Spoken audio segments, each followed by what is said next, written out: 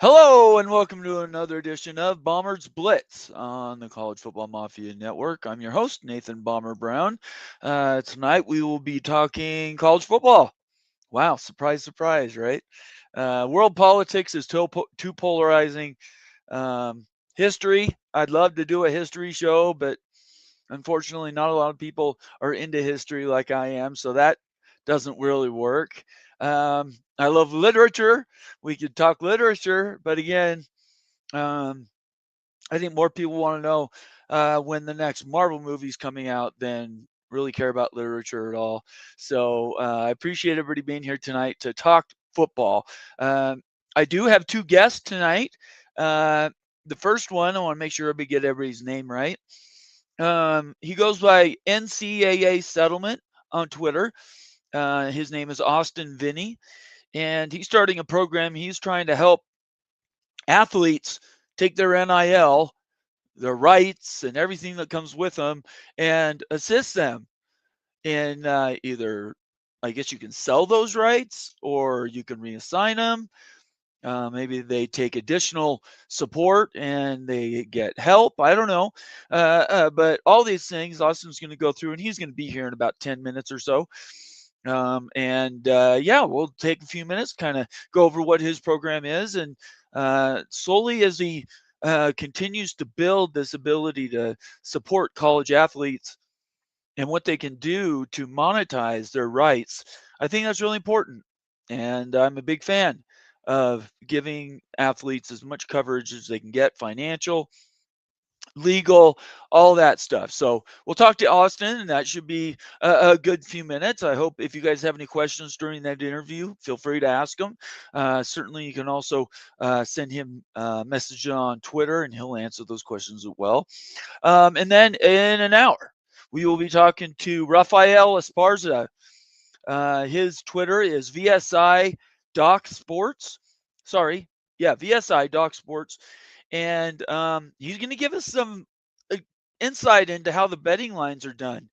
This is I want him to tell you what his business is. I don't want to say the wrong thing, but certainly betting odds and how they work. And as somebody who doesn't bet, I'm kind of curious how the betting lines work. So we're going to be talking to him. Raphael will have questions, and certainly we'll try to get to as many of your comments about that as well. But tonight is mostly college football. Outside of these couple of interviews, it should be a lot of fun.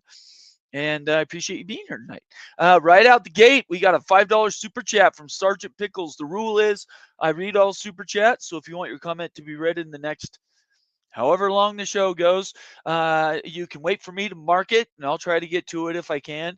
You can make it a super chat, which I read all those, just like Pickles has done. Or you're also free to just leave comments and questions.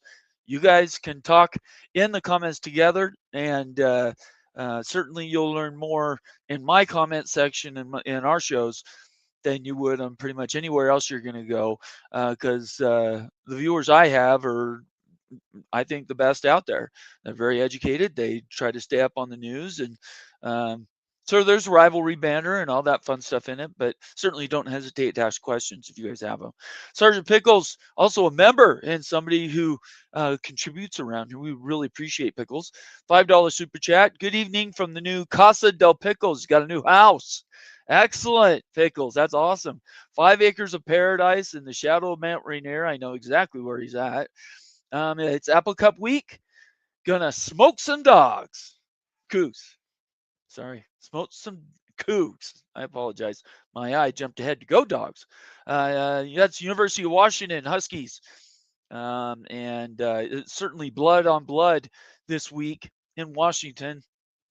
It's extremely sorrowful to me that we're playing this game in September. I understand why. The rivalries are not what they used to be, but as a native Washingtonian, I can tell you right now, it cuts me deep. Those are games that I'd really like to save for the end of the year, but that ship has sailed.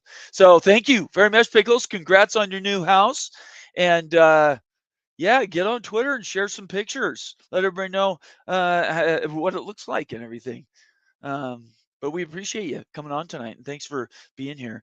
I will get to some shout outs before we get to anything else, just so we can make sure those are out of the way and we don't miss anybody. Big Lubbock's here first, saying first. Following that up by saying Texas Tech is undefeated all time in football against Utah. So this is a big week. Sorry, next week is a big week. This week's a bye week for both Utah and BYU. Then not this coming Sunday, a week away. We will be, I guess it's 2 weeks almost now. We will be previewing some big games, week 3. Certainly Texas Tech, Texas Tech Utah is one of those big ones. We'll have to see. Playing in Utah, Big Lubbock, is something else. It's not easy. I was there last year when we beat Utah in a last-minute field goal, but you don't just walk in there and just win. You have to be really good, and good teams have won there. But good teams have been ambushed there for sure. Oregon and USC, while they were in the Pac-12, they didn't like coming to Salt Lake, I guarantee you. So, yeah, I think you guys ought to plan, get ready, plan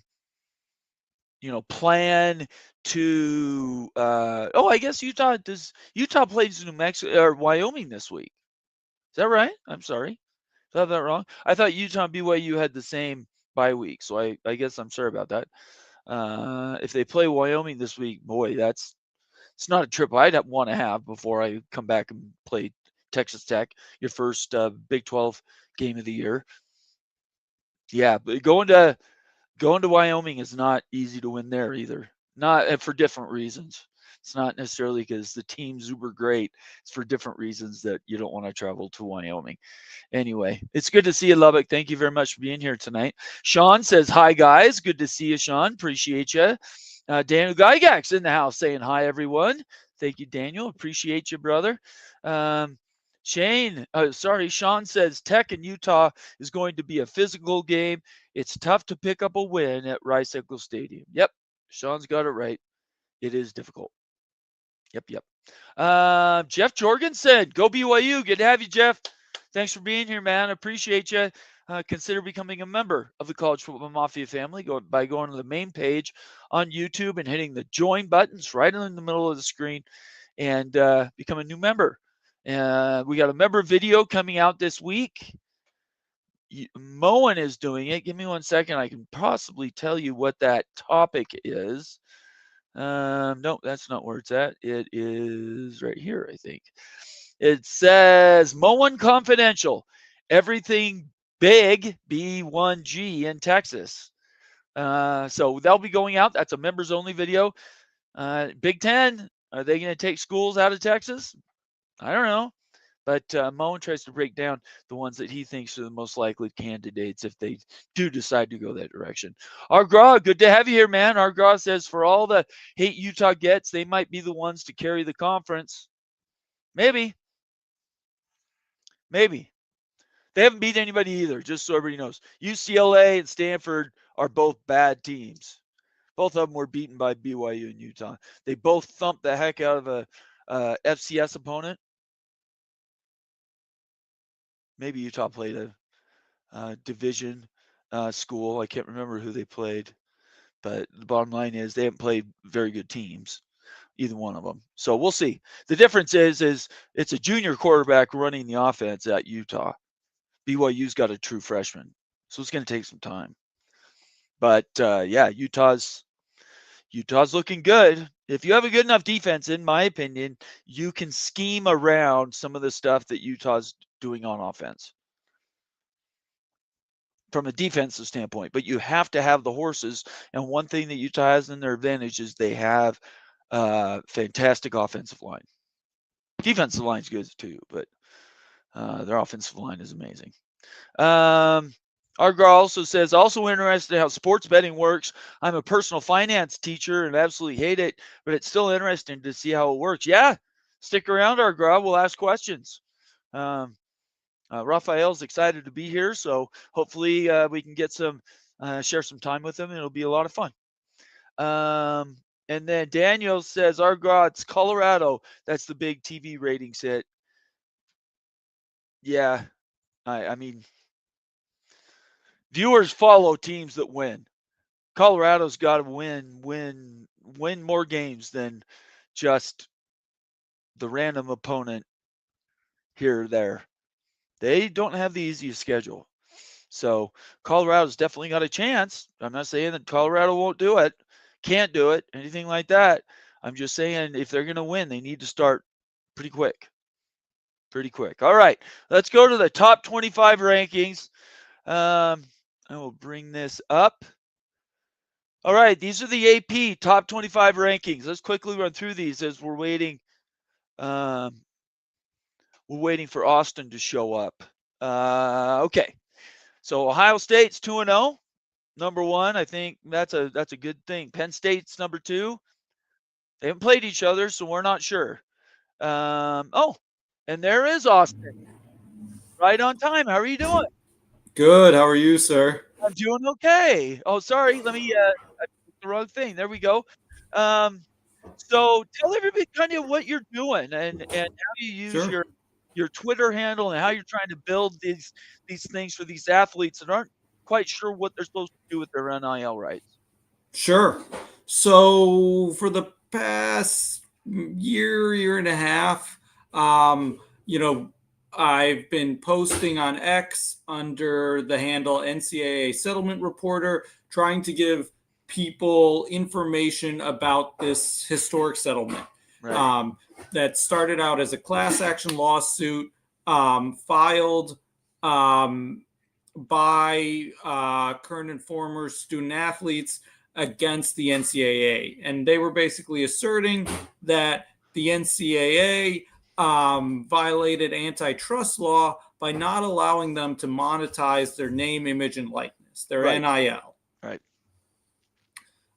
So a couple months back, the parties reached a settlement, which received final approval from the court, I believe on June 6th. Okay. And so it kind of really has two major parts: back pay damages and injunctive relief, or kind of the go forward system that's going to allow these athletes, current and future athletes, to make money playing Okay. college sports. Okay. Right. So, on the back pay side, people are going to get paid 2.8 billion minus attorney's fees over the next decade or so. Mm-hmm. On the injunctive relief side, I believe they estimate, at least, $20 billion is going to be paid out, over the next 10 years to current and future student athletes. Okay. Keep going. And so, so basically, my involvement is I was kind of been posting, nonstop about the settlement, and now a investment firm has reached out to me and they've offered to pay me a commission to connect them with these claimants who want to sell their claims. Right. And so I believe for some people a sale might make sense. And so, I'm happy to give people the information and let them make their own decision. And that's kind of where we are, with a couple more twists and turns. Sure. No, absolutely. Yeah, I know. And it's still changing and going as the lawsuit was sort of resolved. They came to a point where they could do something with their NIL rights. Now they can take power, whereas before the schools had all the power. You've already helped some athletes with their NIL rights. Can you go into any detail of how, kind of what the process has been for them? Yeah. So, for most people, if they want to sell, they'll receive a link where they enter certain information about themselves that lets the buyer vet their claim, right? To make sure they are a claimant and to understand how much they're owed. After that, everyone has their own diligence process, right? People, And I've kind of worked in these types of situations, both in civil litigation and in bankruptcy proceedings. And each one carries its own process. And so, but the main components are validating how much someone's owed, and then validating that they are who they say they are, and that you can lawfully do business with them. Okay. Right. So everyone has their own process to do that. They're going to ask for, probably at least one, maybe more forms of ID, items like proof of address. In this case in particular, claimants can view the amount they're owed in on the website that the court set up for this case. I believe collegeathletecompensation.com, right? And so you can view your payout estimate one of two ways: by either entering your NCAA Eligibility Center ID number or the claim ID and PIN that you may have received. And so most people will ask for one or both of those pieces of info. And so one of the things I tell people is be careful when you're giving out your personal information, right? Sure. That gives buyers access to see how much you're owed. So you want to make sure that you understand who your counterparty is that you're giving that info to. And I would give it out, kind of only when you're ready to move forward. We can kind of, I can give you kind of a general idea of what buyers are paying for claims, without that information. Right. So what's this, if I was an athlete and I had my athlete ID and I went on there and found out I was owed $5, why would they need to engage a third party if they in some way, shape, or form are able to just put in their ID and claim it themselves? Well, so critically, they do not need to do anything. Okay. You can easily just wait and then collect any and all future distributions when payouts begin. So with that said, why would you want to take less today? And there's kind of a couple reasons. The two major ones are elimination of risk, and then you don't have to wait anymore, right? So on the risk side, there's been no payouts yet because there's been 7 appeals to the settlement. 6 I was going to ask you pending about that. Yes. Okay.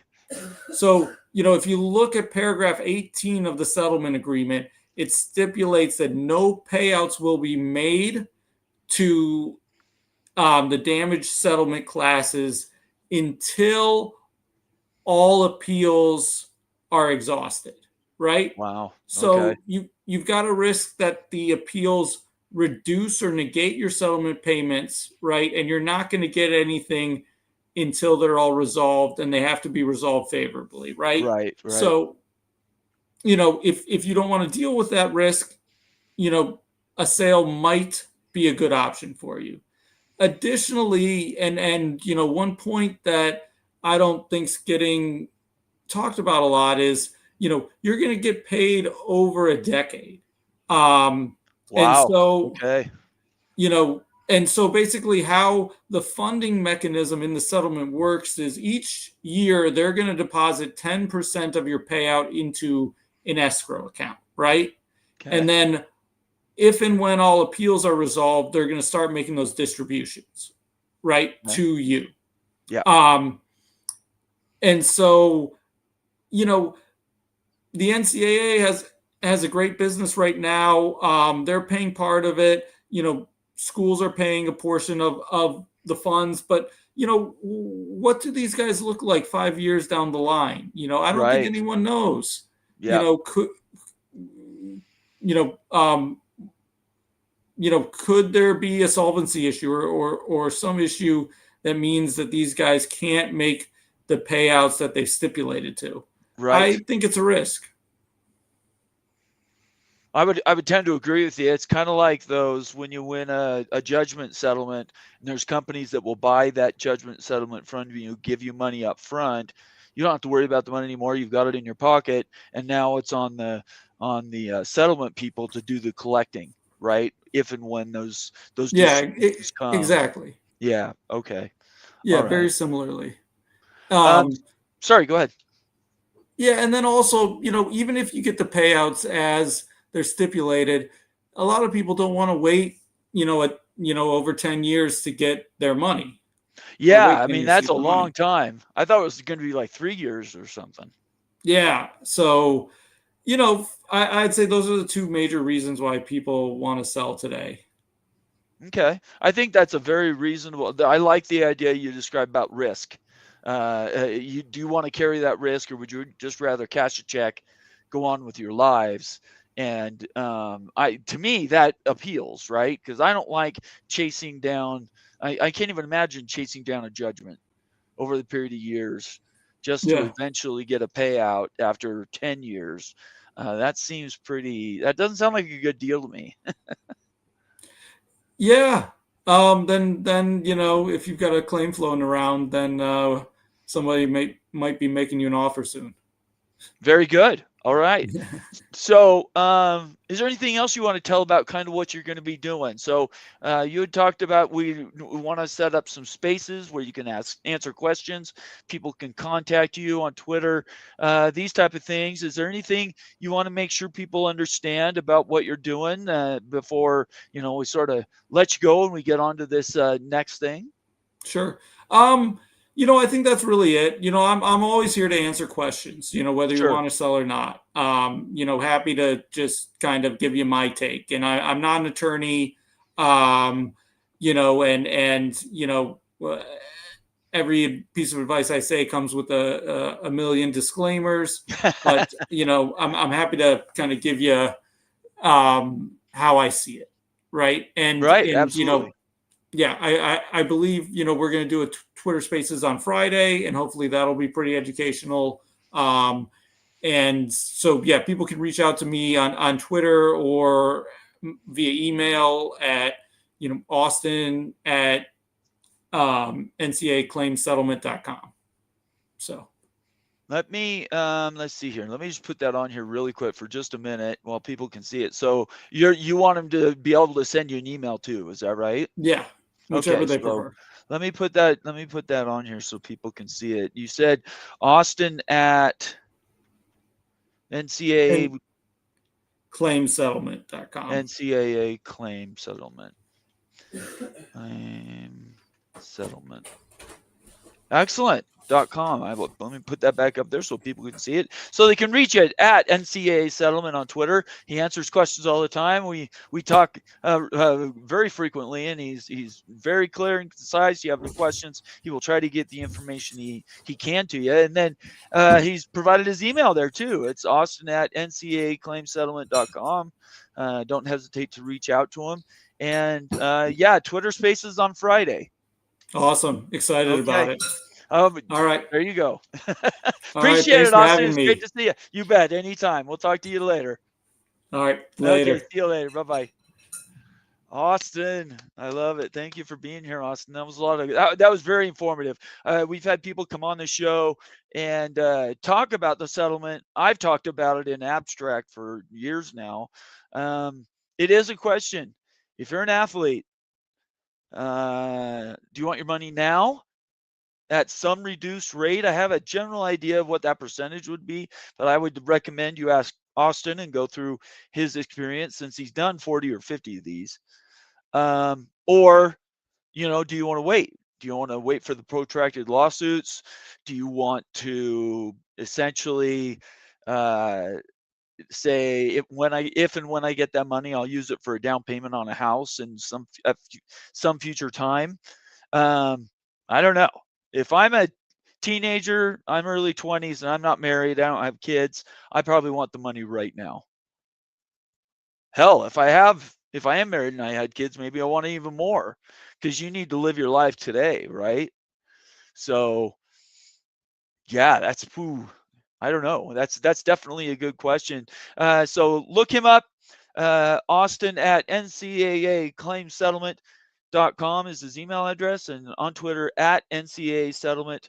And just ask him questions. Austin's a cool guy. I recommend anybody who has questions about that. We'll be seeing him more. I'll have him on in future shows to kind of give everybody updates and that type of thing. But pretty much the Twitter Spaces is where people are going to really find out and ask questions and see if that's something they or their loved one want to do. So, all right, let me get back to, and I appreciate everybody's comments. You guys keep them coming.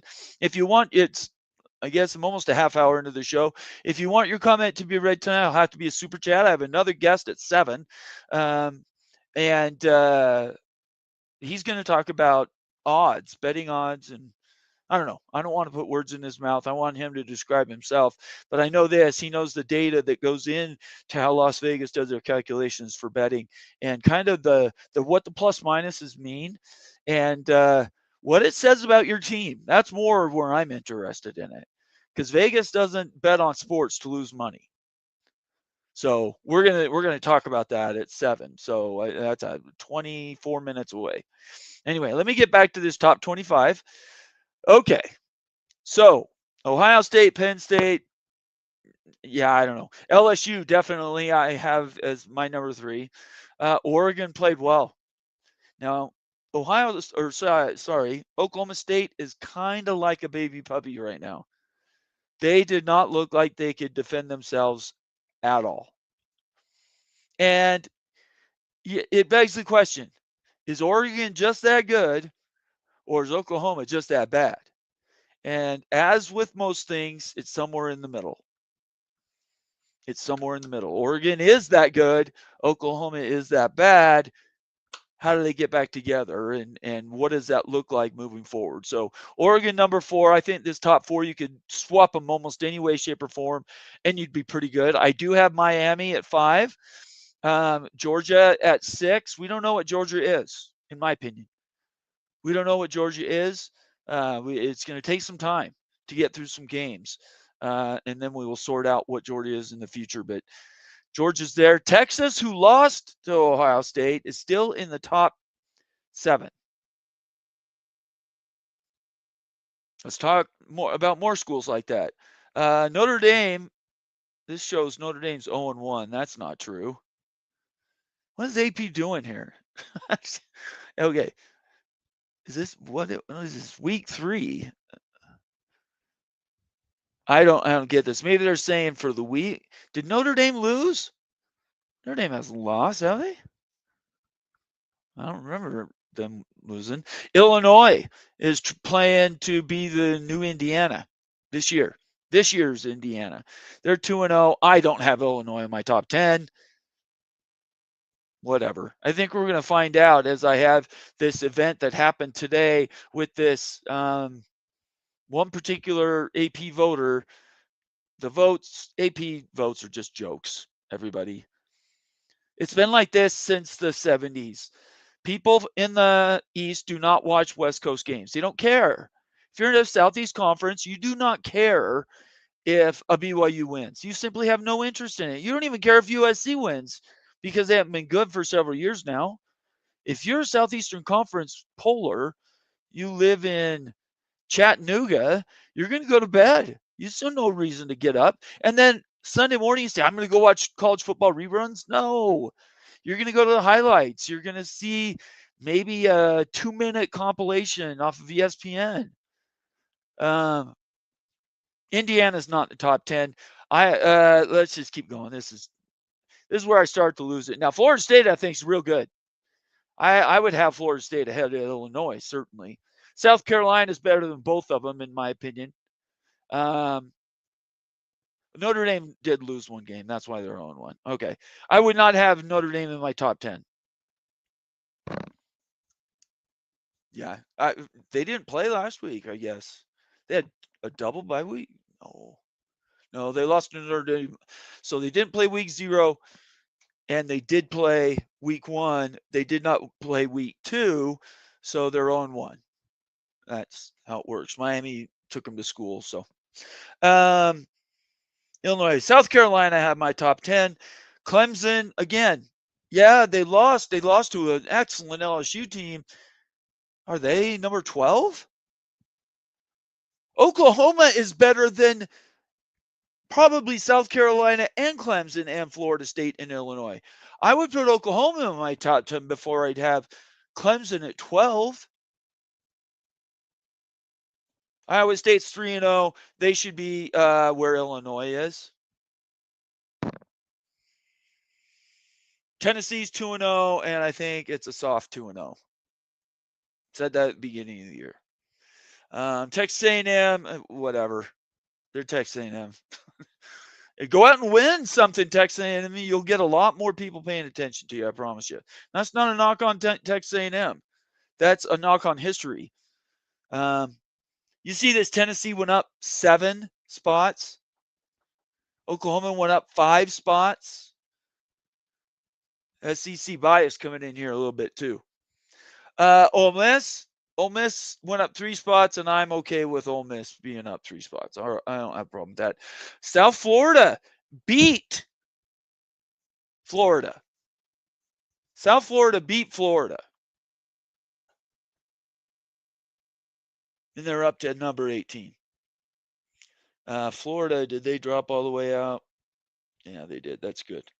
Alabama, 1-1. I think Alabama is on the precipice. We'll have to see. Utah's good. I'm okay with them at 20. You got to go out and beat somebody. Same thing goes for BYU. Texas Tech's 2-0. They look good. Texas Tech plays Utah in 2 weeks.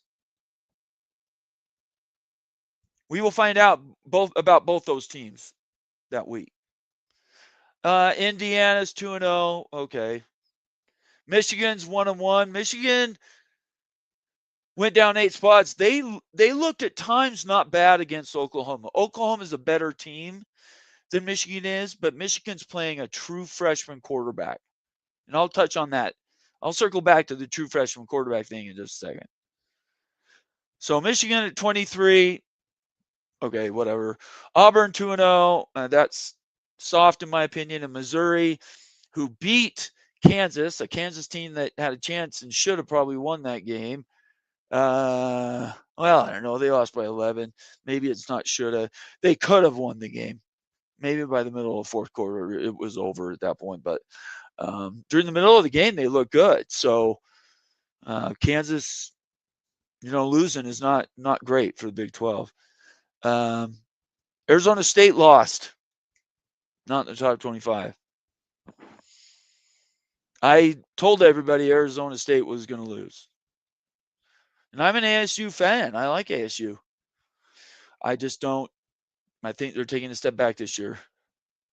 They didn't look good in Starkville. They were down 17-0 to Mississippi State.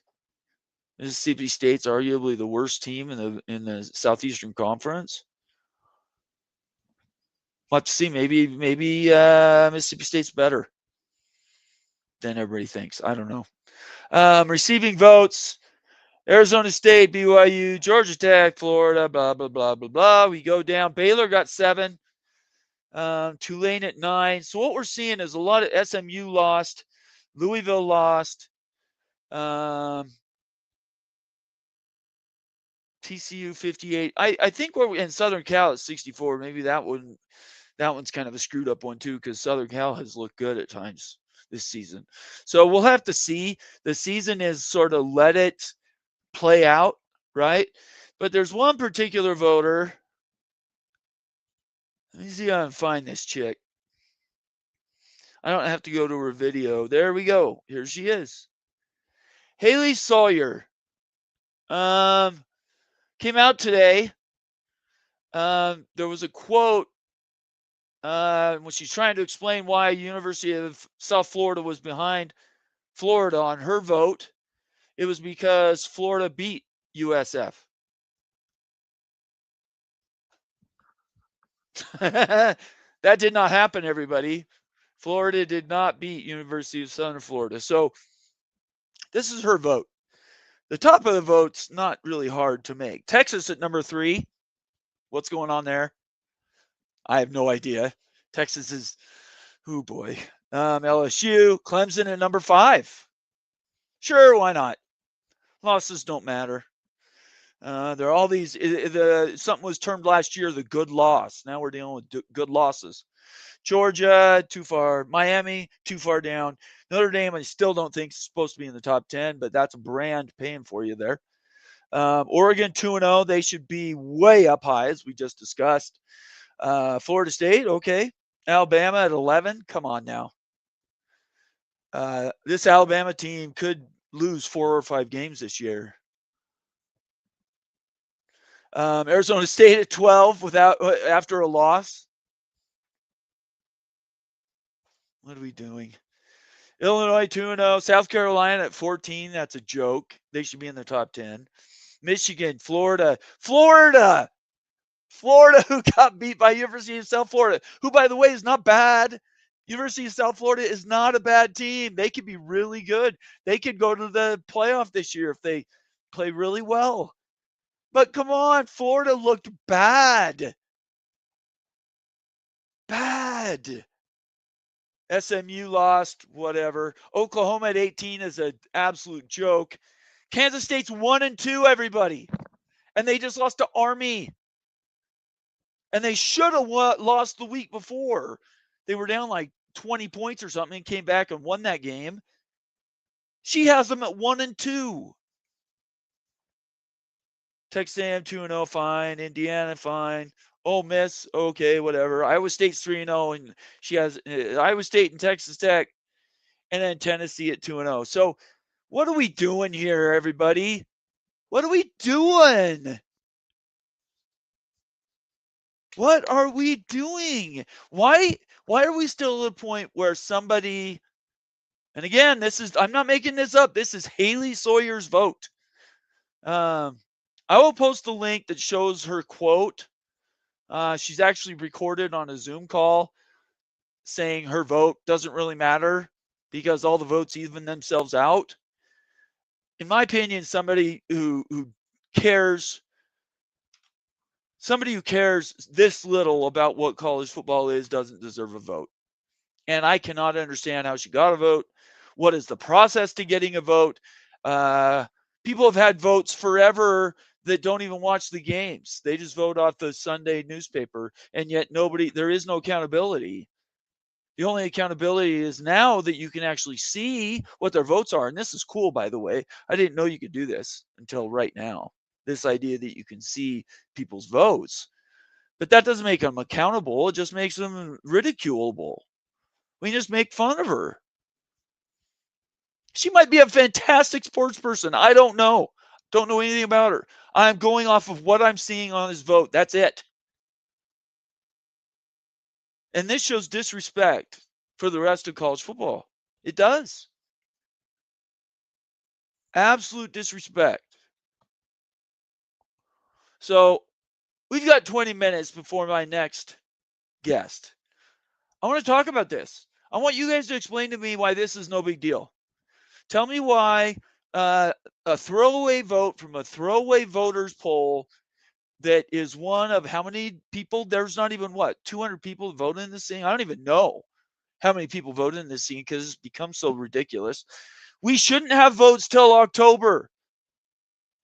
The first Saturday after the first Sunday. For those that are math geniuses, that would be the 7th. So no later than the 7th of October, we should have the first polls come out. And I'm not talking about CFP polls. I'm talking about AP and coaches polls. Because they drive the narrative.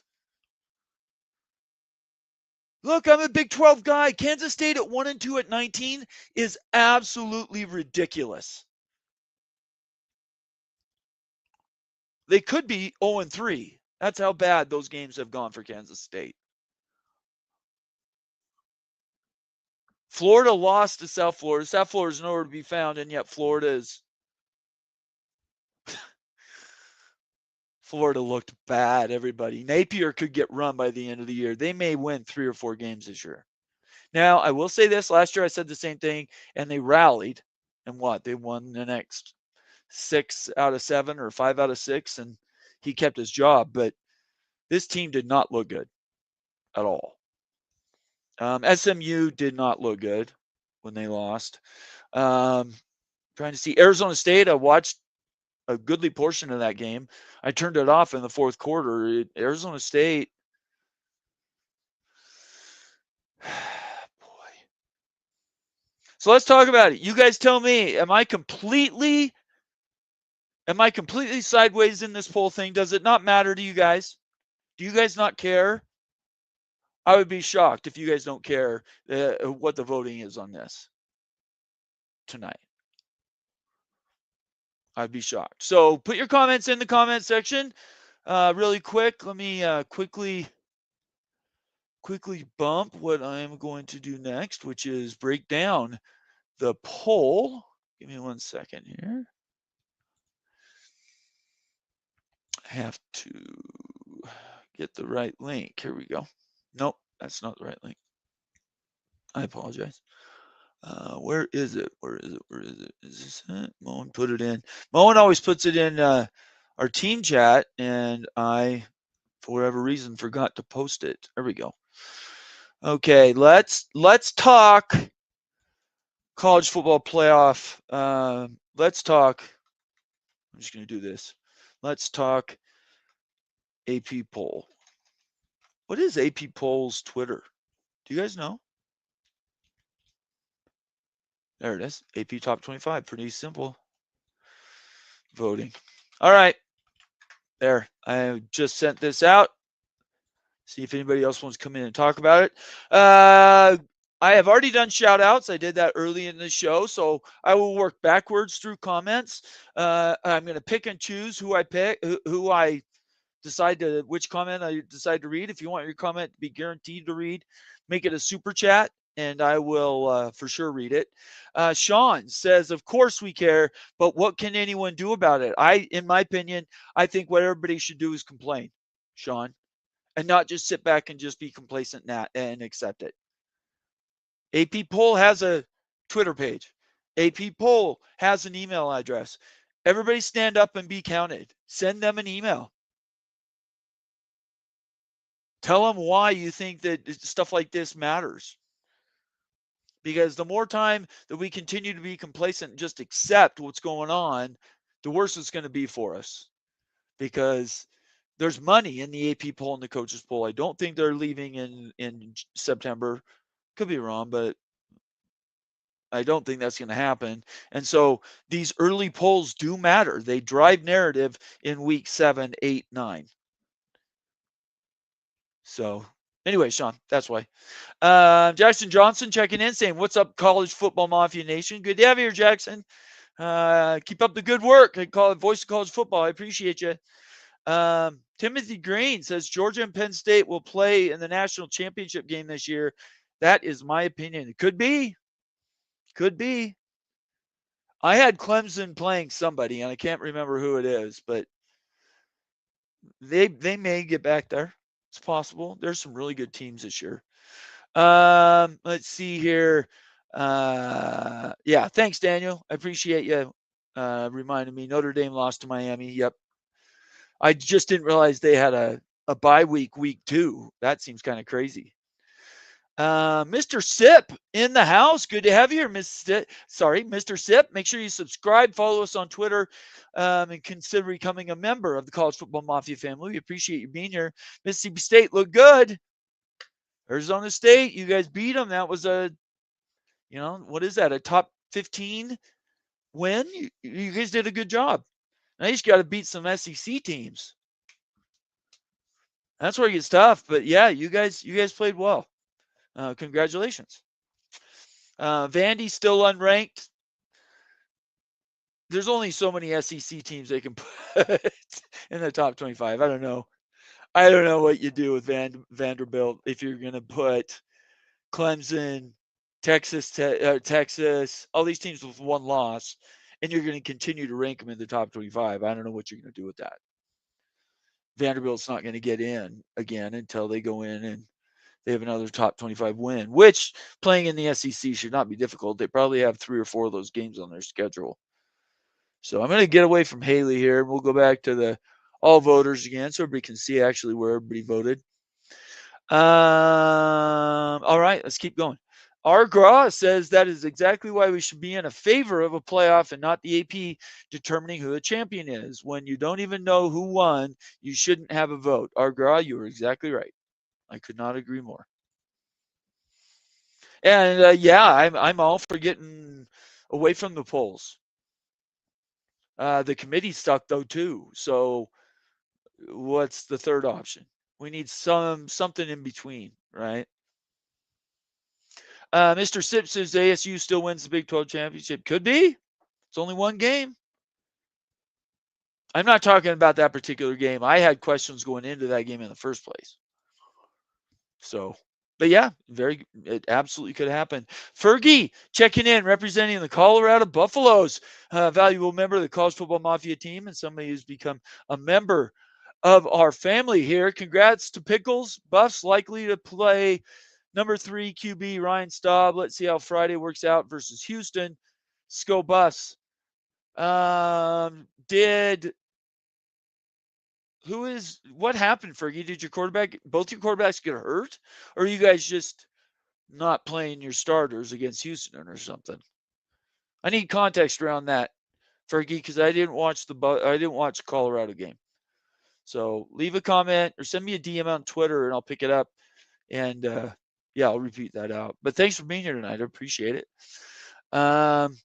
Let's see. Argos says, I'm keeping Illinois ahead of the teams behind them, dropping Michigan from the rankings and putting Nebraska in. Whoa. Nebraska. A blue blood raises its head out of the grave. Man, I don't know. Nebraska's got to win some big games before they're going to be in it. I mean, I guess if Nebraska's 3-0, you kind of have to put them in. But yeah, anyway, appreciate you, Argra. This is fun. It's not funny, but Hail State. I love that coming from somebody at Mississippi State. BYU's won at Mississippi State. Just saying. Sergeant Pickle says, side note, I'm hallucinating Apple Cup is the 20th. Yeah, it sucks. Apple Cup, Washington State, Washington being in September is a travesty. Yeah, we'll keep looking here. All right, that's to the end of those comments. Let's see, get some more. Mr. Sip says ASU's passing game just hadn't caught up yet. Yeah, it's very possible. I'm on record as saying I think Leavitt takes a step back too. Scattaboo, unless you played against him, you don't know how important he was to that team last year. That's not a knock. It's just saying he was really good. Austin Genty at Boise, same thing. Exact same thing. They come to rely on those guys. So, let's see. Big Lubbock, Texas Tech would roll Mississippi State. I love winning games in our imaginations. That's the best. Jackson Johnson says the AP needs better voters or people to watch all the games. Nobody can watch all the games, Jackson. I'm not being unreasonable with that. But, I mean, the least you could do is wait for the 2.5-minute highlight on ESPN or something. She had no idea what she was talking about. Didn't even care. She said so.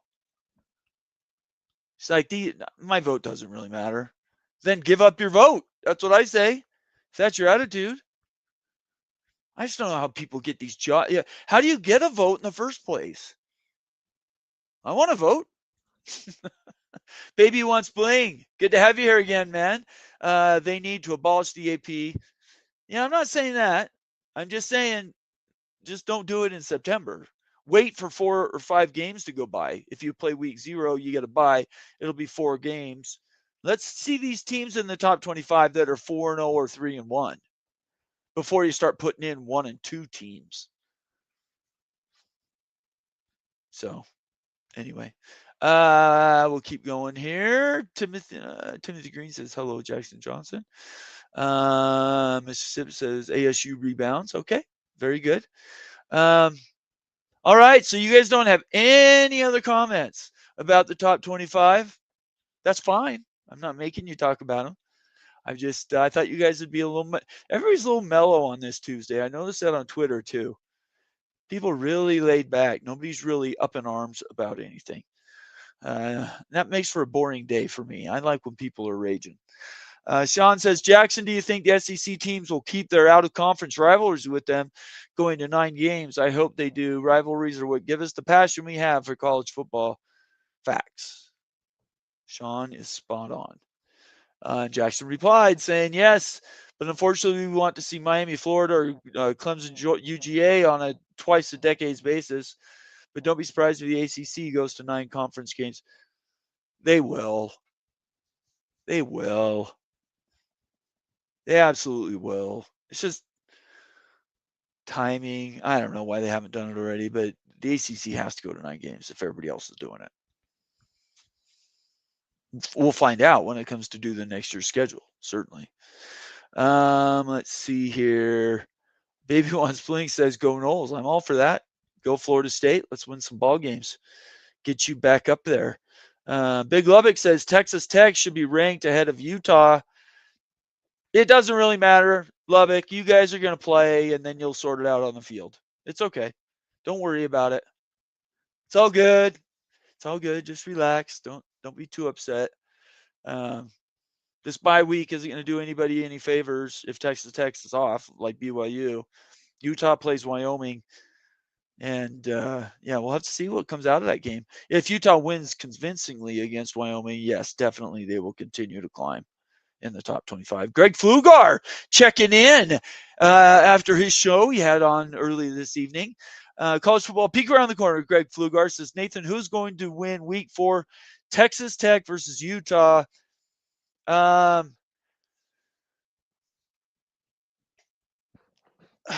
don't think I've seen enough of Tech is the problem.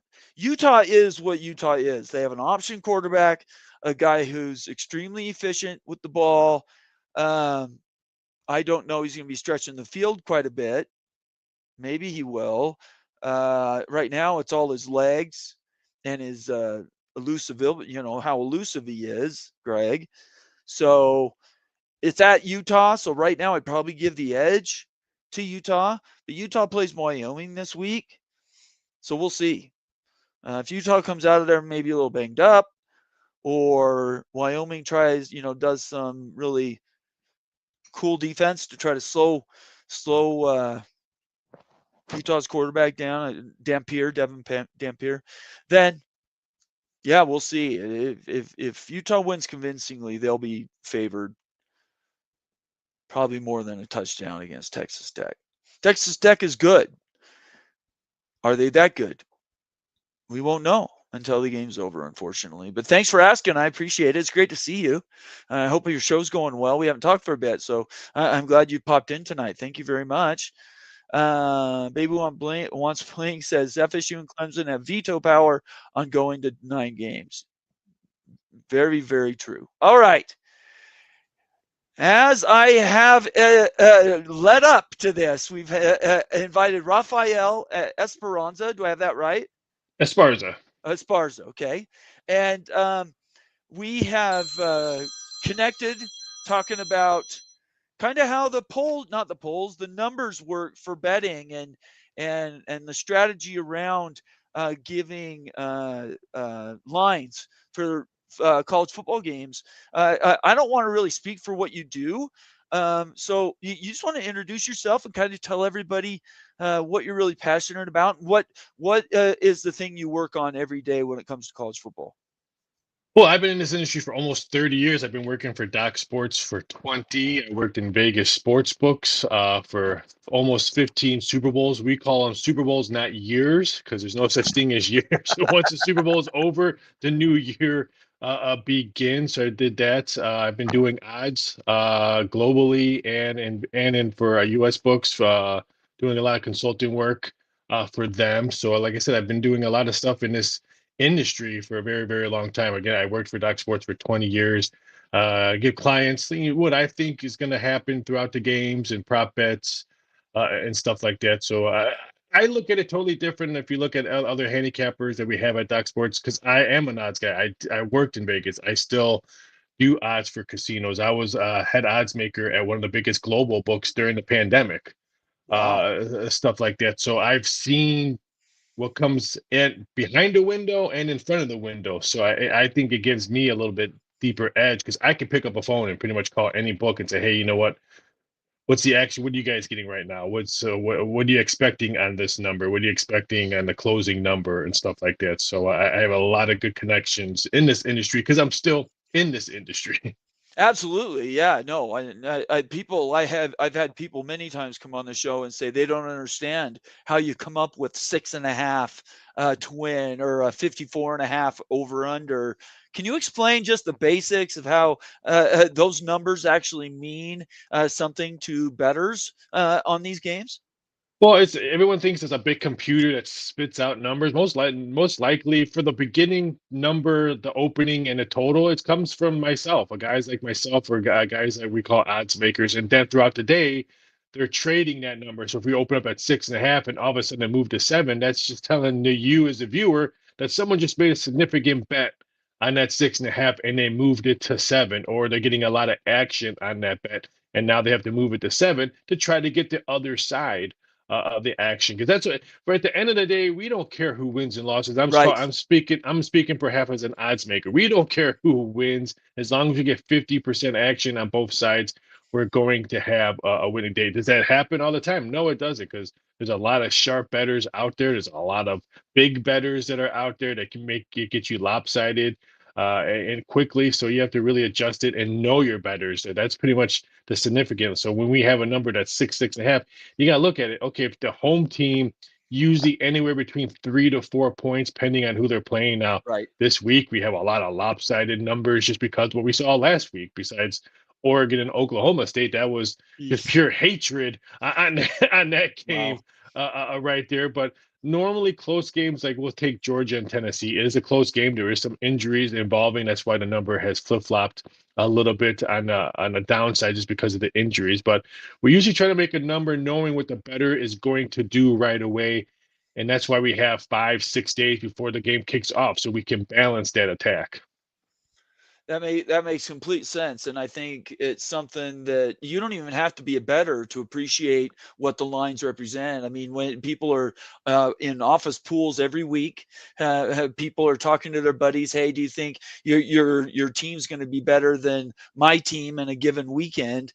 How do you encapsulate rivalry and emotion? Because you just mentioned it. Dan Lanning he obviously took exception to what Mike Gundy said last week, and they put the wood to Oklahoma State. How do you try to cover things like that?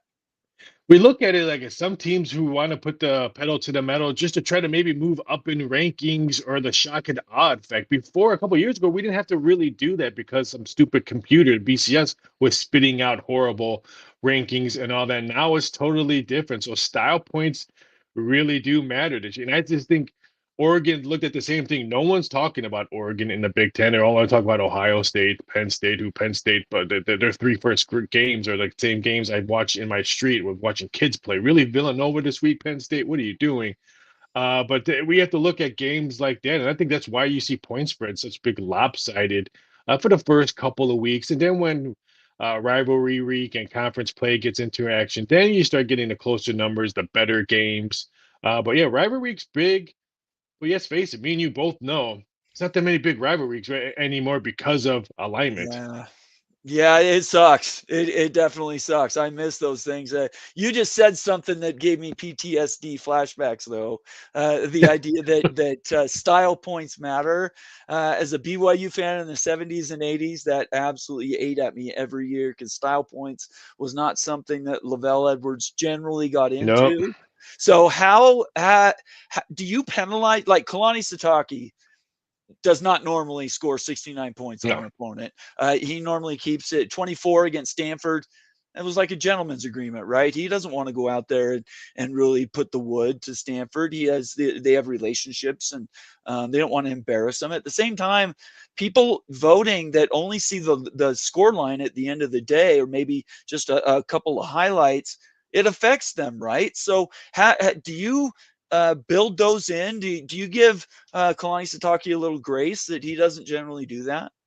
Normally for totals and maybe team totals, because you could bet a team total, Mm-hmm. like for BYU team total for the game. We'll look at something like that when it comes to coaches.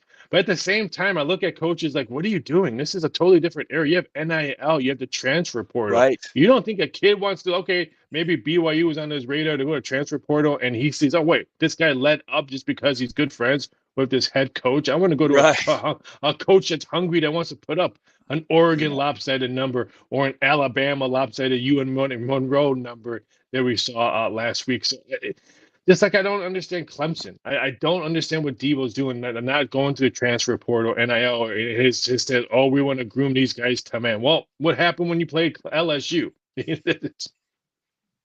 Yeah, no, that's a very good question. Yeah, and you come into those games every week, and it seems very, very interesting. Did you follow this? I don't know if you want to call it a news story about this voter that went in and she voted for Florida because she thought they beat University of South Florida. Did you see that in the news today? Read it, and everyone was. And the biggest thing in my industry, and I tell this to bettors, I tell this to clients, I tell this to anybody that wants to learn about sports betting and all that. Never look at the number in front of that school. It means absolutely nothing to the gambling world. It actually does, because we love when public comes in in the old days when they had the USA Today in their hand and they come up Right. to the window and Yeah. like, oh, I'm gonna take number 4 versus number, and then we just laugh at them. And those numbers really mean nothing to me. I mean, I look at them just because I want to see what the voters are doing and what people are going to probably talk all day on the radio and TV. But I did read that article. It was very interesting because I'm actually working on Florida's next head coach going to be so stuff like that. So I actually do odds like that, and so I'm So, actually working on that. so do you have Napier out by week 5 or something like that? It's so How hard does for that work? college football. They're gonna if they didn't fire him last year when he struggled and all Yeah, that, I know. they're gonna keep him because everyone a couple of weeks ago, maybe even a month ago, we all heard John Gruden said he would love to coach in the SEC. Yeah. So if you're an SEC team, John Gruden's not coming this year. So if you're gonna swing for the fences like Alabama and Florida, then just let Napier stay, let whatever stay, and then fire him when the season's over, and then swing for the fence. Okay. All right. Really quick, tell us, what are prop bets? How do they work? And boy, they've come out of nowhere since people have had access to all the online betting abilities. You know, people bet, is the ball is it gonna, heads or tails? They bet on whether the first score in a game is going to be a touchdown. Is there anything that you don't cover in a game?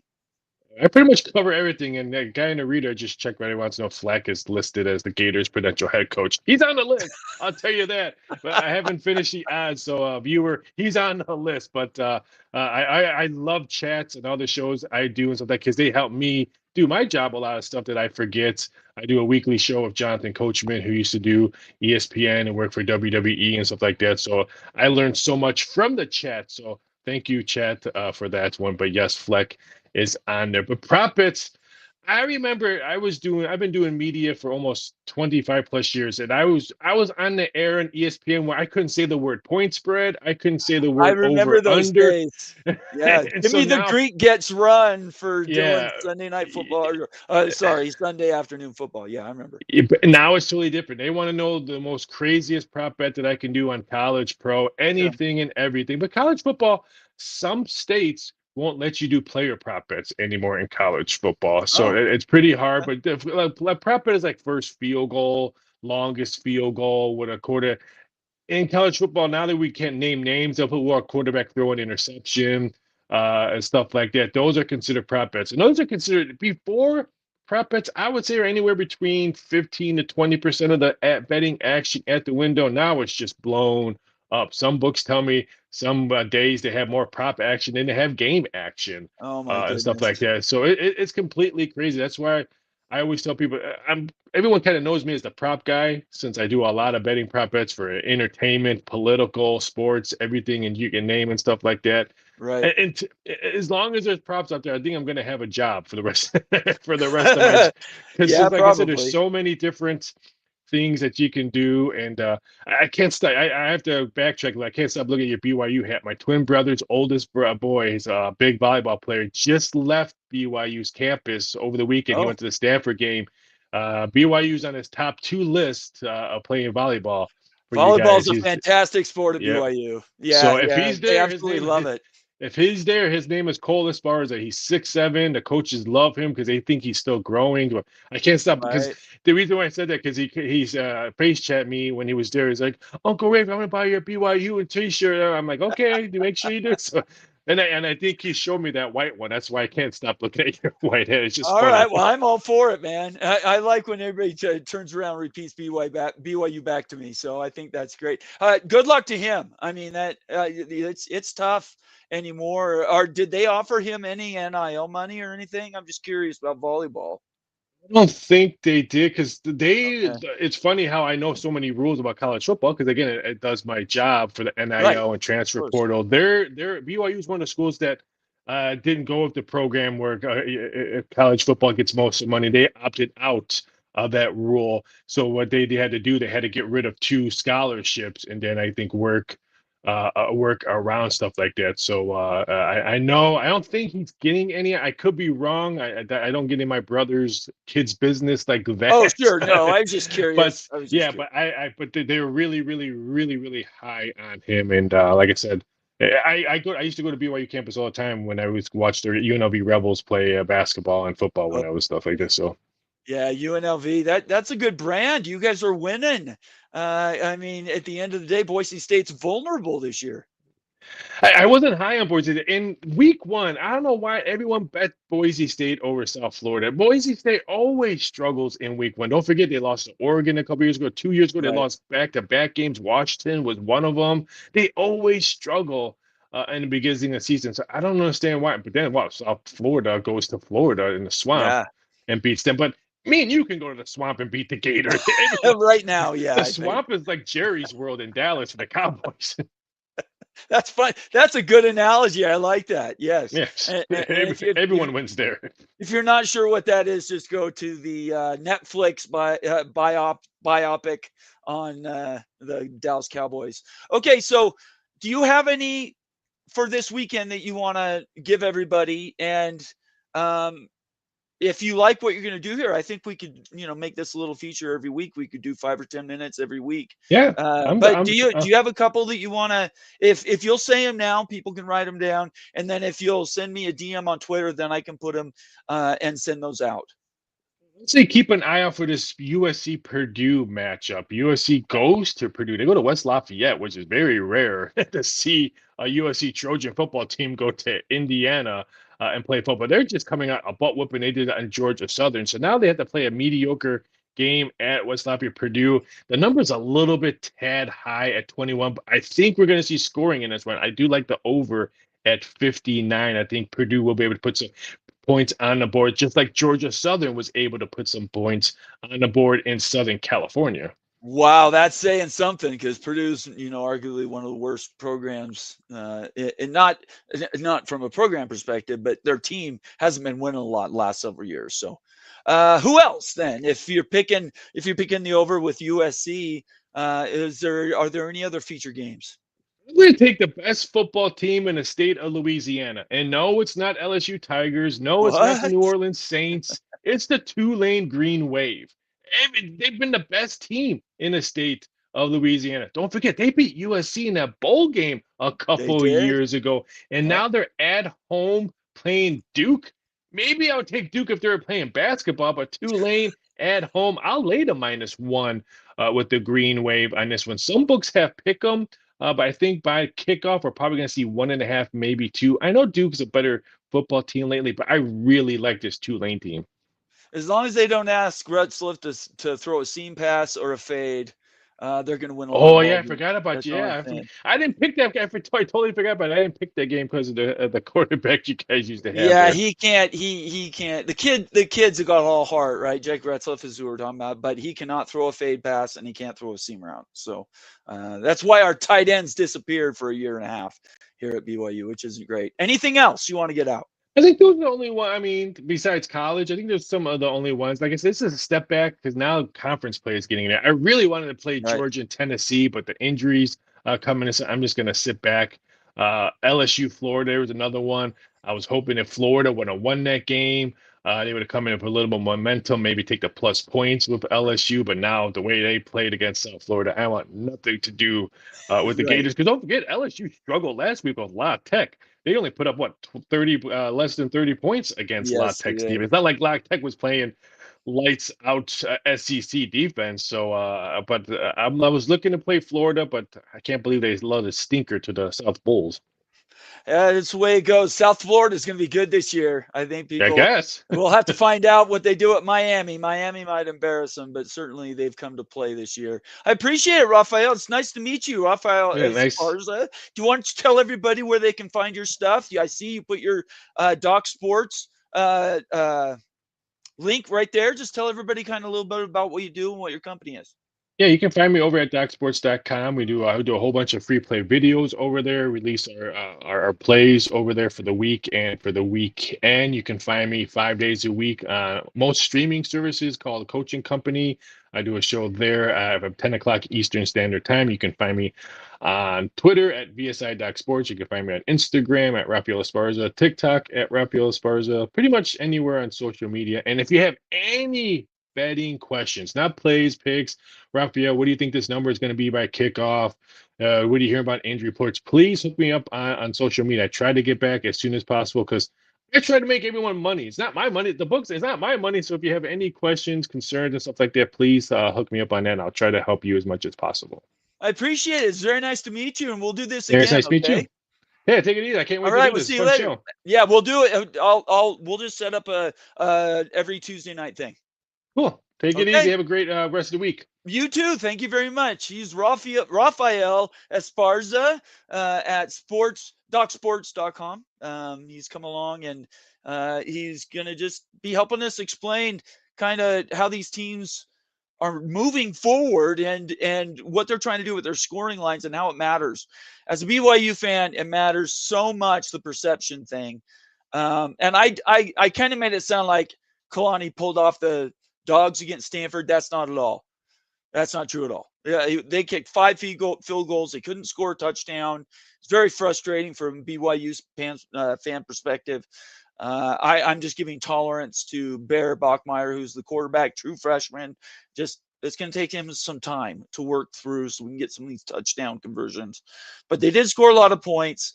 And I was thinking it was probably going to be about 34. I thought they might get 10 more points, but whatever. It doesn't really matter. They won by, what was it, 27-3, so 24-point win. I guess we'll take that. Appreciate Raphael coming on. Yeah, we're going to try to do this every week. They reached out and thought that might be a fun idea, and I think it's great. I love having new people come in and help us out, and Raphael's going to be doing that. So, while I don't bet myself, and I'm not even really promoting betting here, I am trying to explain how the betting lines work and how people can really turn around and use that information to the best of their knowledge. Moen needs to be here one of these nights because he actually does a little of that formally, and I'm sure he has some more questions that he could ask. So we'll try to get Moen on. Maybe every week Moen will pop on for a few minutes just while Raphael is here. I appreciate everybody being here tonight. We're an hour and 15 minutes in almost. It is our Tuesday night week in review. I went through the top 25. I'll bring that up one last time. If there's anything you guys want to talk about the top 25, or you have specific games, I'm going to open up the phone line right now, and you guys can call me, and we can talk about your school, your specific question. I will go a half hour from here. If you guys want to be a part of that and you want to call in, I really encourage you to come in and be a part of the show. And I will talk to you because I'm just that nice of a guy today. Okay, the phone lines are on 801-899-6203. Come on, call on right now, and I'll go through any questions you guys have. I will certainly try to get to them and buzz through them. I do default to all member comments, and then super chats. Always a priority. So if you want your comment to be read, for sure, make it a super chat. 801-899-6203. Call me right now. Okay.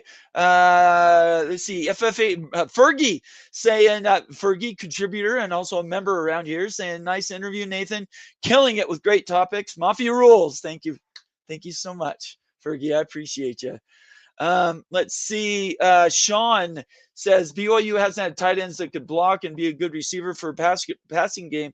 Carson Ryan gives us the ability to do that as a full-time tight end. If he doesn't stay healthy, BYU loses that. Remember, we had a 4-star tight end last year that transferred, Sean. And I'm sorry, I can't remember his name. Brock something? Or maybe his last name was Brock, but he came here and Aaron Roderick completely ignored him. And I don't think, now that I look back on the year, I figure out that, yeah, he didn't call many tight end passes, but partly it was because Jake couldn't throw to the tight end. Tight end passes require a different level of quarterback play. They're not the easiest guy to incorporate they're a good safety net. Everybody calls them a safety net, like a running back is a safety net. But this year, Carson Ryan's fantastic. We got some other guys that can catch the ball at BYU. But in my opinion, all comes down to Brock. Dang it. All comes down to Bear Bachmeier as the QB. Anyway, thank you very much. I appreciate that. Timothy Green says, Bomber, I had to say, very good show, my friend. Keep up the good work. Thank you very much, Timothy. Timothy represents the West Virginia Mountaineers out there on the East Coast protecting our flank. I really, really appreciate that. We'll get to some more comments. Big Lubbock says, Notre Dame and Bama should not be ranked at all yet. I just don't see, there's so many teams that are undefeated. Why have teams with one loss in the top 25? It's not like you can't put them back in the top 25 overnight. I think teams that are undefeated should be in the top 20. I miss the old top 20 because that's all it was undefeated teams for the most part. Now you add 25 and now there's all these exceptions. Lubbock, you're right though. I agree with you. That's exactly right. Get to some more comments here. Call me, 801-899-6203, and I'll answer your questions about this last weekend. If you don't call, I won't stick around super long. Reading comments is fun, but yeah, eventually that runs out. So super chats and phone calls. That's where we're at right now. I appreciate everybody being here tonight. Sean says BYU's defense is coming for the Big 12. It's already here, brother. It was here last year.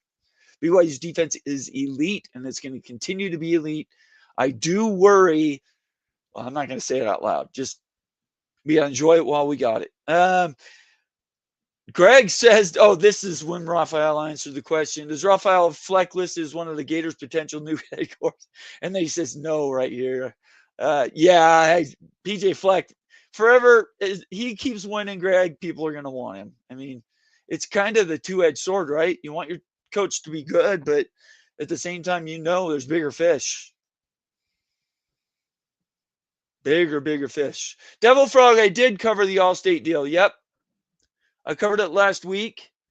I'll bring it up again. The Big 12 has now done a naming rights deal with Allstate, the insurance. So now it's going to be, I guess, the Allstate Big 12. And I think it's a good name. I have no problem with selling the rights for that. If it gives BYU some more money, whatever. That's fine. Doesn't matter to me. Let's go. Rock and Rant checks in. Good to see you, Rock. USF might make the playoffs, but they aren't winning on Saturday. Okay. The burgeoning rivalry between University of South Florida Bulls and the Miami Hurricanes. We'll see. They have a lot to prove, and Miami has a lot to prove, I think, this weekend too, Rock. I think you'd agree with that. Go out and set a big number, and that will definitely draw heads. Because you just heard a professional bettor say style points count. That broke my heart, by the way, hearing that. I'm going to have to talk to Raphael about that. Style points matter just drives me bonkers. I hate. You go back and you go back and you go back. Style points goes all the way to the 80s. Fergie says starter Caden Salter played 2 series. Did okay. 5-star Julian Lewis, who was the guy they got from California in the offseason. He's supposed to be heralded. Played 2 series, looked like a freshman, as they do. And redshirt sophomore Ryan Staub came in and energized the offense with 3 touchdowns. Go with the hot guy. So this is what Fergie's saying. We want to win. Who cares who the quarterback is? And if you have three good options, go for it. Three good options that you don't have a problem. Shift them in and out just like Dion doesn't. Then, yeah, I say go for it. Go out and win the games. Go out and win the games. Bomber, you need to win. You need to win for sure. That's your number one goal. But you also need to. You also need to be interesting and entertaining, which is for sure what prime is. Big 12 coaches are mostly boring. Yeah, I don't know how to answer that. I mean, obviously there are boring coaches in the Big 12. Chris Kleeman did not do himself any favors in his post game for Kansas State. I don't know if you've seen it, but his post game was kind of yeesh. I don't know. I'm not writing Kansas State off. That's not what I'm saying. I'm saying that you got to go out and you got to out and lead. He was real proud of his team. That's fantastic. Every coach should be proud of their team. I kind of take that for granted, I guess, is what I'm saying. You need to be saying other things to your team, like, what the hell are you doing? You can't go out and lose to Army at home. You simply can't do that if you're going to be a big-time college football program. And that counts for anybody in the Big 12 because Army can beat anybody on a given day. We're in a zero-tolerance world now, everybody. You can't go out and play bad. Yeah. Let's see here. Lovick says Tarleton and Abilene Christian are both purple and both irrelevant. Matter of fact, all purple teams should be or seem to be irrelevant. Yeah, I don't have a comment on that. Greg, still in the chat. Good to have you, Greg. There are reports of Russian drones flying through Poland right now, so we might not get a week 4 of college football season. So enjoy it while we can. I saw that right before the show, Greg. I didn't know what to make of it. If they are, it's a huge, huge mistake by Russia. Because it just gives, look, yeah, international politics. In a different life, I have an international politics show, Greg.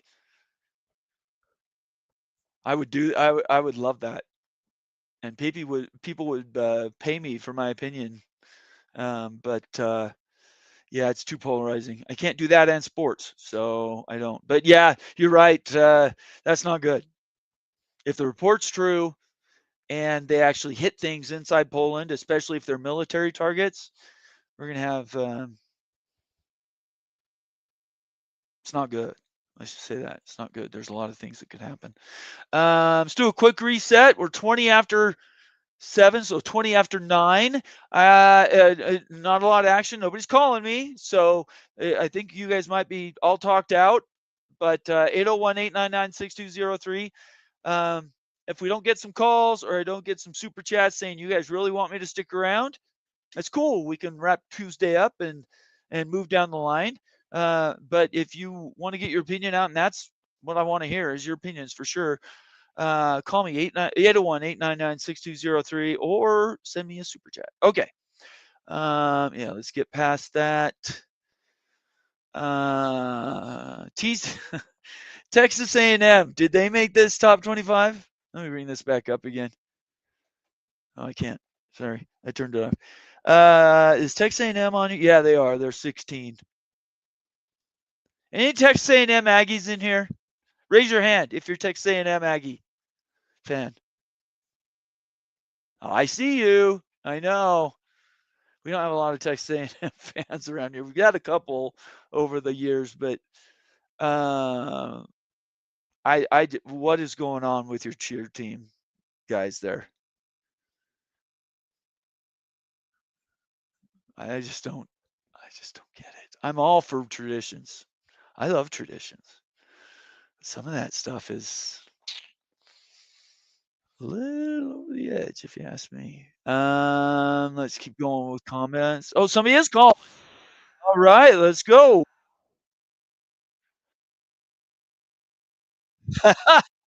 Greg the Gold, how we doing? Good.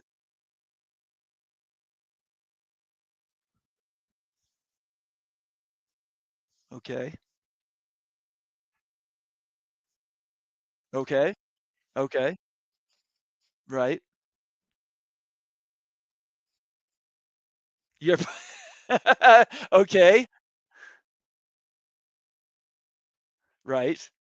Oh, we got Darius Taylor, the Beast, our running back, our great running back, who's got another soft tissue injury. Okay. We're playing the Golden Gophers are playing the Golden Bears this Saturday night. Against that 10:30 freshman Eastern. quarterback, right? That freshman phenom guy? Yeah, they're freshman phenom, but our freshman phenom quarterback, Talk Drake about him. Lindsay. I know no one ever talks about him. That's fine. We'll keep it a secret for a little longer. Okay. But we got California, Minnesota. Suddenly it's a can't miss game. Everyone's got to watch it. But there is fear because if Darius Taylor cannot play for my beloved Golden Gophers, we are in a world of hurt. Once again, for the third year in a row, Darius Taylor, early season, soft tissue injury. Oh no. Injuries. Yes. Oh no. Yes. No. And as I said all off season, the Golden Gophers don't have. We have some depth at running back, but we don't have depth in a lot of our important units on our team. So fear. If you're looking for one word, Nathan Brown, to describe tonight for my beloved Golden Gophers, it's fear. It's not. Is the fear also around your quarterback or your coach in Florida? I'm not piling on. I didn't even think of him. I'll be perfectly honest. Well, I don't know if I can even go into it. Look, well, you don't have to. I was just curious. Well, it's so the reason, of course, we always bring up PJ Fleck because he's always on these lists. Yes, that's right. Because he is, he's well respected, and everyone wants to know what he would do if he had more resources, and what he would do if he went to a place that had a recruiting base, right? Right. So he's always going to be on his list, and the thing is, historically, he's had a $10 million buyout. That's been on his contract. Well, this year, when he signed the extended 1-year contract, it's only a $5 million buyout. Why did it drop? Well, because PJ Fleck wanted it to drop. Oh, geez. There's also part of the but then Minnesota was able to get part of his buyout. Now this isn't known anywhere, but now it's going to be known to Nathan Brown's people who watch the Nathan Brown show. Let's go. But part of the contract is a $5 million buyout if he goes and takes a media job. Okay. Which is unusual. Yeah, right? That is. I don't think I've ever heard of media. But that was inserted. That was sort of like a give and take between the two parties. Okay. Yeah, that is interesting. I just think if Minnesota has a good year this year, which they could, if they stay healthy, right? And if Drake Lindsay keeps doing what he's doing at quarterback, a place like Florida he'd be very interested probably in Florida. He's not a we talked about this before, but he's not a rural type. He's a big city. He's a city right type of guy. He's a water type of guy. I can see him going to Gainesville, Florida.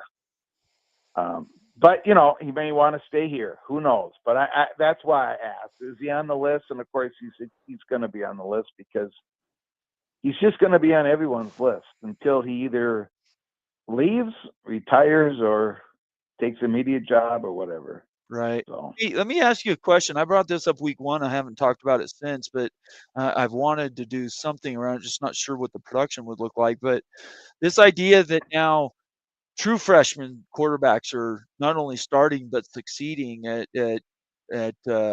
Division One level. One, it doesn't surprise me. Two, NIL and transfer portal, all that sort of demands these kids not sit around. They want to play. They want to be on social media doing the TikToks, throwing touchdowns, building their brand. Yeah. They're true freshmen. This aberration, I think there's 5 or 6 starting true freshman quarterbacks in Division One that are successful. I'm sure there might be more, but that have actually gone out and won. What are your thoughts on that? Do you think that is the new trend? I personally think we're going to see more and more of that as time goes on. Yeah, I think you're right, but man, that is tough though, because it's extremely difficult. First of all, these 18-year-olds nowadays are getting so much training in high at school, the quarterback position Yep. in high school than we, back in our day. That's I mean, right. it's completely. So they're learning. They're able to process better. They're learning more NFL type of quarterbacking. Yep. But I still think it's going to be awfully tough, especially in the portal area where you're always looking for an experienced guy. But BYU is sort of forced into their position. Oh, for sure. And it looks like they were able to get a really talented kid. Yeah, that timing is interesting too, because the Retzlaff Yeah. thing happened after about a month after Barrett already Yep. transferred. Yeah. So Now, it's a not guy like they like planned Bryce- on him coming in starting day one. Yeah, exactly. Now, a guy like Bryce Underwood, I think he's got a chance to be great. Yeah, he's good. But Yes. but they don't have a Chase Roberts. That's true. They don't have Yeah. receiver. They don't have guys who've got a whole lot of production. Right. He doesn't have the right wide receiver room, and I've been saying that all off season. And they finally started talking about it during his last game. The guys weren't getting open. He doesn't have guys. Yeah. So they've got 2 more years with Bryce, maybe 2 more years with Bryce Underwood to get him some talent. I know that sounds strange because of Michigan, but Or he Michigan transfers. Or he transfers. That's the thing. Which is the Exactly. nightmare for every school now. Yeah, unless we'll see how these contracts hold up. These That's true. redshirt contracts, Yeah. But yeah, so I don't know. The reason why I ask you who's going to win that Texas Tech Utah game, when I asked you that question, Yeah. I kind of you said something that you said, Devin Dampier. We haven't really seen him stretch the field, right? Yeah, not really. He hasn't had to. Yeah. Yeah, and so I think against Texas Tech, he's going to have to. They're going to load the box. They're going to absolutely load the box on him. Yep. They've got Bailey, the transfer from Stanford. They got Lee Hunter, the great defensive tackle from UCF. Yep. And they're going to just come up at that line of scrimmage, an inch upward, and I think that's a fascinating game. Well, at New Mexico, they went 5-7. It's not like he went undefeated down there now.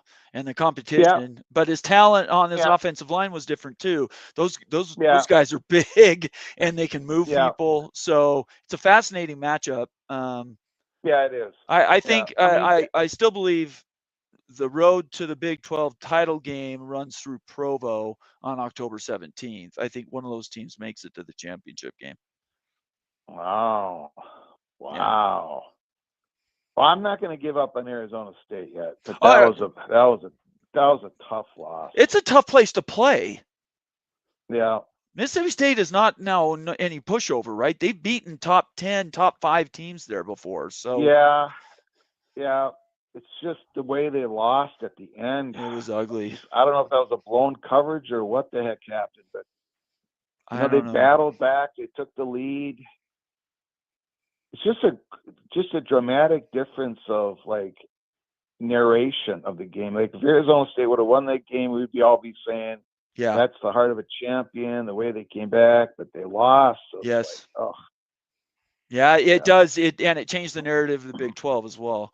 because people had focused on the Yeah. default ASU to repeat, and now people are looking around. Yeah. It's Big 12 is going to be nutty this year. Every year, Yeah. I think, until things And go I to think- something else. And I think you know, got Indiana, Illinois, week 4. That's going to be a fascinating game. Yep. Yeah, that's a big one, week 4. Yeah, that's a big game. What window And you got have they Michigan. announced that broadcast window yet? Yeah, that's at 7:30 Eastern time, NBC. Oh, so that's prime time. That's good stuff for the Big Yeah. Ten. Yeah. And then you got Nebraska and Michigan. And you know, you got Georgia and Tennessee this week, which is Georgia and Tennessee should expose well, I think so, but Georgia's kind of, I don't know. Something's wrong with Georgia too, so I keep talking about them on my show. I can't figure them out. The running game just isn't what you and I are used to watching Georgia Bulldogs. I mean, it's true. The last couple of years have been a struggle. There's no doubt about it. No, and it hasn't been all that great this year. Right. They've ran the ball over 40 times their first 2 games, but they haven't really, against weak competition, but they haven't really. And Gunnar Stockton hasn't. I don't know. They're not really excelling at anything right now. So I agree with you. We'll see. Yeah, we'll see. As we both know, time will tell, right?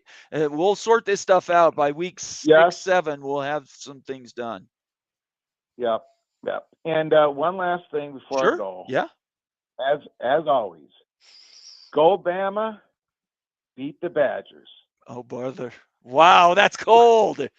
That's cold. And that's cold and true. Where's Ryan Willie at to defend the honor of the Wisconsin Badgers? He knows. In fact, if Wisconsin covers the spread of 20.5 points, I got to sing "On Wisconsin" on my show. Oh. And if Bama covers the spread of 20.5, he has to send some gift memberships to my show. There you go. Make him pay up front, Greg. That's all you can do. Go Bama. Go beat Badgers. And go Minnesota. You guys beat up on Cal for me, would you? Let's go. Yeah, let's go. That's right. Let's go. Their quarterback. I'm telling you, it's a can't miss game. Not 10:30 Eastern time. Yeah. Golden Bears, Golden Gophers, Greg the Gold. 2.5 point spread. Minnesota's favored. But then again, Darius Taylor is nicked up. So you got to beat Cal. You got to wake them up, please. Yeah. Do the world a favor, all right? You got it, buddy. Okay, we'll see you later. Thanks, he is Greg Pflugar, peek around the corner, the OG, the godfather of this social media college football stuff. I really appreciate you, Greg. Thank you so much. And I think that's about where we're going to wrap it up. I don't have any more super chats. Nobody else is called. So I appreciate everybody being here tonight. Again, we've had a couple of really cool guests. Austin came in and talked about the NCAA settlement and what players and families can do to be proactive about those NIL rights. Do you want to wait around 10 years to get your money? Anyway, NCAA settlement at NCAA settlement on Twitter. Shoot Austin a email at NCAA. Let me get that up again. I apologize. My memory is, as you know, not the greatest. Austin at NCAAclaimsettlement.com. Hit him up for both of those things. And don't wait around if you need the money up front. And there are families definitely that need the money up front, and I appreciate that a lot. You do pay for the privilege of getting your money up front, just like going to a loan shark. You're going to get your money back one way or the other. But this is a situation where you can be proactive and take care of yourself. So if you have family, friends, anybody that has questions about that, ship them over to Austin at NCAAclaimsettlement.com. Appreciate him being here. We do have coming in off the top rope a $10 super chat from Ryan Willie, who was listening evidently to Greg. Appreciate you. Dave McKenzie says, thanks for my work. Thank you, David. We need to do another show, you and I. We had one show and we got canceled because we had life come up upon us, but we should do that again. I love talking to you, one of the smartest guys in the room. Legal analyst, somebody that puts his money where his mouth is. A lot of people might not like the way David McKenzie does work. I'm not one of them. I appreciate it, and he is the definition of what is good about being a fan in college sports, and I really appreciate him. Brian Willie, $10 super chat says, "Go Bucky, go Bucky, go Buckeyes." We'll see. We'll see. Ohio State's going to keep winning. Is what we're talking about. Minnesota Gophers. I apologize. When he said "Go Bucky," he's talking about Minnesota. I'm sorry. Bucky the Beaver. My bad. I'm sorry, Timothy. Thanks for waking me up right there. I appreciate it. This is where David McKenzie on X, by the way. If you are on X watching, jump over on YouTube.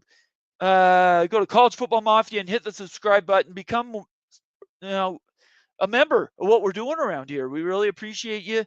We do member videos. If you become new, not a subscriber, but a new member, hit the join button right in the middle of the main page, and you can become a member of the College Football Mafia family and then have access to all of our member videos. There's another one going out this week, something to do about the Big Ten and Texas. I don't know. You have to talk to Moen about it, but that video has just been produced, and I think it may have been released. We'll get it out one way or the other to you. Appreciate everybody that tunes in on those. If you're a member, check out those videos. David McKenzie, thank you very much. I appreciate you. Ryan Willie, thank you for the $10 super chat. Sergeant Pickles earlier, thank you very much for the super chat. Is there anything else I'm missing? I don't want anybody to come in and tell me that I've screwed something up. Bucky Badger, thank you, Ryan. Yep, I got that wrong. Let's see. Mr. Monkey says, I was wondering who the caller is. Then it dawned on me it's Greg the Cold. Greg the Cold. You're looking for a heater. You want your team to win. Don't ask Greg to pick your team. Actually, I think he's more than 50% on his picks, regardless, but I could be wrong. It's good to see you, Monkey. Appreciate it. And I did have a little audio problem there at the beginning. Forgot to turn on something. Anyway, Big Lubbock, which team is worse? UNC, Stanford, UCLA, or Oklahoma State? Woo! Moen, if you're watching, that should be a poll question. UNC is not good, but they're not as bad as Stanford, UCLA, or Oklahoma State. Stanford is really not good. UCLA. How do you screw up a major school, a Big Ten school in LA? Will somebody riddle me that out, please? There's maybe it's the baby blue uniforms. Maybe they should switch their baby blue uniforms. I don't know. I don't know what go and talk to Troy Aikman about being a winner at UCLA.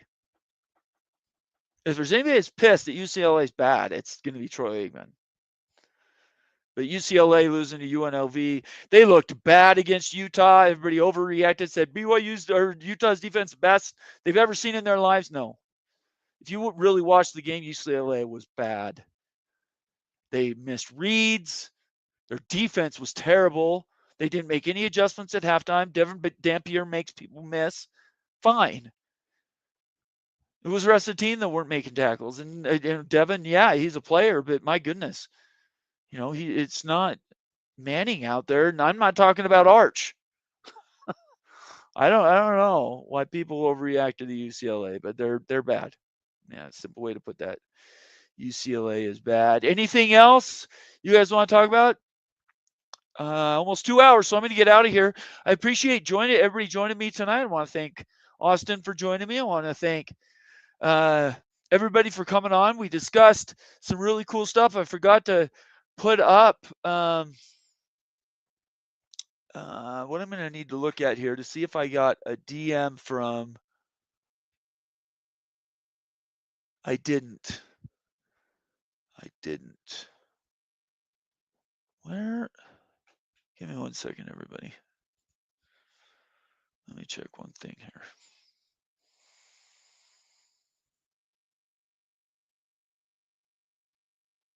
I don't understand because I had something else I was going to bring up and then I lost it. I lost it. That makes me upset. Because I had another topic I was going to bring up, and then I've since forgotten it.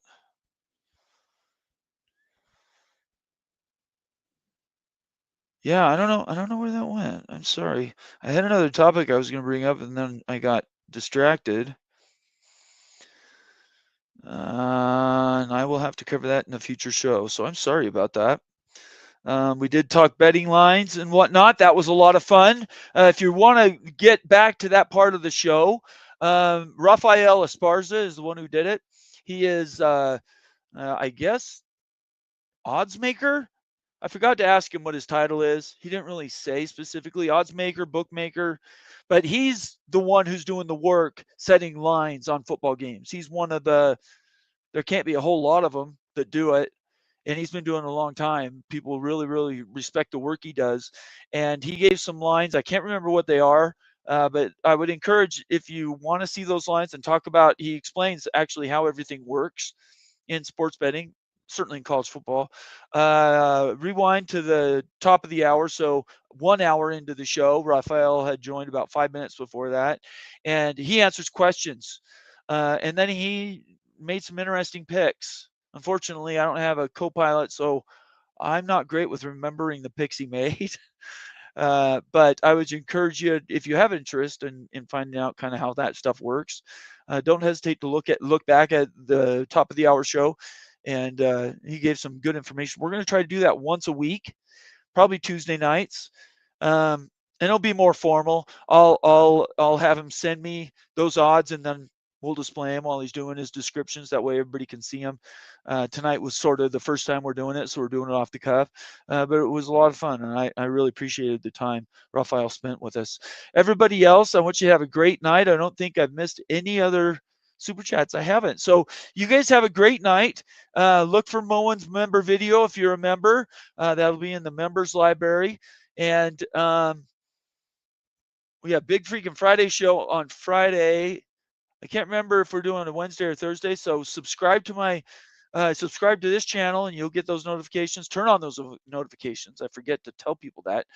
Follow me on Twitter, and then I definitely will get out when those show ideas and whatnot come out, so you'll know when we're broadcasting, what it is. And follow at the College Football Mafia on Twitter. That's our main account, and that definitely always sends out the notifications. Turn on your notifications so you know what's going on at the end of the day. We'll pray for Poland tonight. Hopefully that's nothing.